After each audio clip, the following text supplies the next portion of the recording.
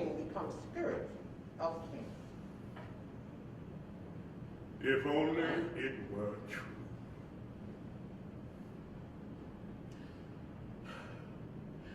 Needless to say, I exceeded the allotted 8-minute time limit. Lighting projects movie change. That evening, I entertained a few of my friends in my suite at the Willard. But Coretta was not with me. Now, I have always been a very passionate man. What I did not know was that a hidden microphone was recording the party and what happened after this tape of my personal affairs found its way into the hands of J. Edgar Hoover of the FBI. Now, I loved my wife, and we shared many tender moments together, but my long absences took their toll on me. I surrendered myself to my passionate nature. I needed desperately not just to be free as a man, but to be loved as a man. My life was one of always giving out and never stopping to take. But at night, away from the crowds, I found a way to take in. I am conscious of two Martin Luther Kings. Martin Luther King that people talk about seems to be somebody foreign to me. Each of us have two selves, and the great burden of life is always keep that higher self, in command. Don't let the lower self take over. And now and then you'll be unfaithful. It's a mixture of human nature. Now, because of the pressures of my work, I checked into St. Joseph's Infirmary in Atlanta. And I was suffering from stomach pains, and I was simply exhausted and needed a few days away. I remember taking a sleeping pill and enjoying the best night's sleep I had in weeks. The next morning, Coretta phoned me. She was so excited. The Associated Press had just reported that I had won the Nobel Peace Prize. Oh, I was ecstatic. Nothing could mean more to me than to be recognized as a world leader of peace. And I believe this was in 1964. Yes, it was. At the time, I was only 35, which made me the youngest recipient in Nobel history. Obviously, I made a fast recovery. We all set out for Norway in the Nobel Prize ceremony.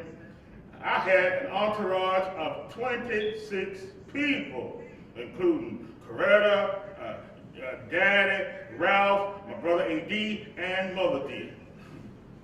The day of the ceremony was one of complete excitement. I tell you, I couldn't get Coretta. I'll never forget it. It seemed I couldn't get Coretta out of the bathroom for nothing. He becomes Dr. King. Coretta is on stage.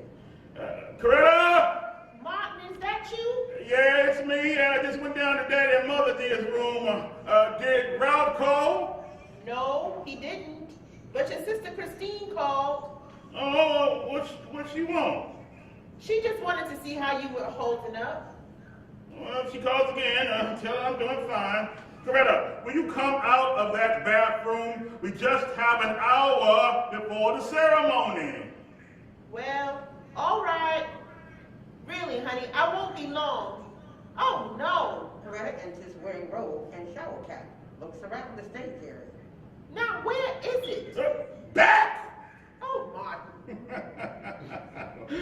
What is that on your face? Have you seen my makeup bag? No, I haven't, but I'll sure help you find it. Oh, now. You've seen me with the mud pack on before. Finds the bag. Here it is. That don't look like Georgia mud to me. Well, it's Norway bud. Oh, is that so? That's right. Would you like some Oslo bud on you? Oh, She chases him comically until she gets mud on his face. no. Then he chases her, playful, and King grabs her and pulls her clothes. Gotcha! This facial can't stay on my face too long now. I'll call you Michael. You call me Michael won't work this time. I guess not, since Michael King is your real name. I was a baby when it was changed, so I had nothing to do with it. You can always change it back. Well, how about if I change up for a while? One night I'll be Martin, and one night I'll be Michael. 2 men in my life? I'll think about it. She moves away. Come back here. I'm in that mood again. Oh, and what mood is that? That same mood I was in when we were in the land of Mahatma Gandhi. Martin, we don't have time. You said it yourself. We just have an hour. Hugs her from behind. Oh, I love you, Coretta. I got a call from J. Edgar Hoover. I can explain. No, Martin. There's no reason to explain. Grabs her. Coretta, please know that I love you. I know. I love you too. They comically try to find a way to kiss so as not to get mud on King's face. Both laugh. I think your mud pack is ready to come off. Oh, I'm not supposed to let it dry all the way. I'll tell you what. Why don't you read me your speech while I'm finishing up? All right, dear? I think that's it. I'll do that. I can't wait for Ralph forever. I bet he's somewhere feeding his face. So here goes. Now listen close now. I am mindful of, hold on for a minute, let me get in the right frame of mind.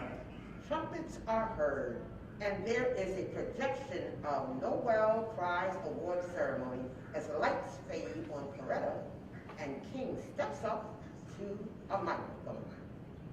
I am mindful that only yesterday in Birmingham, Alabama, our children crying out for brotherhood were answered with fire hoses, snarling dogs, and even death. I am mindful that only yesterday in Philadelphia, Mississippi, young people seeking to secure the right to vote were brutalized and murdered. Therefore, I must ask why this prize is awarded to a movement which is beleaguered and committed to unrelenting struggle, to a movement which has not won the very peace and brotherhood which is the essence of the Nobel Prize. The tortuous road which was led from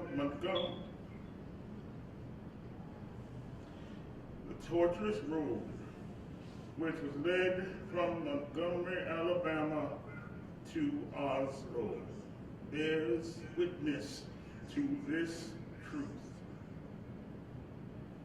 After contemplation, I conclude that this award, which I receive on behalf of the movement, is a profound recognition that nonviolence is the answer to the crucial political and moral question of our time. The need for man to overcome oppression and violence without resorting to violence and oppression. Thank you. King exits to sound of applause.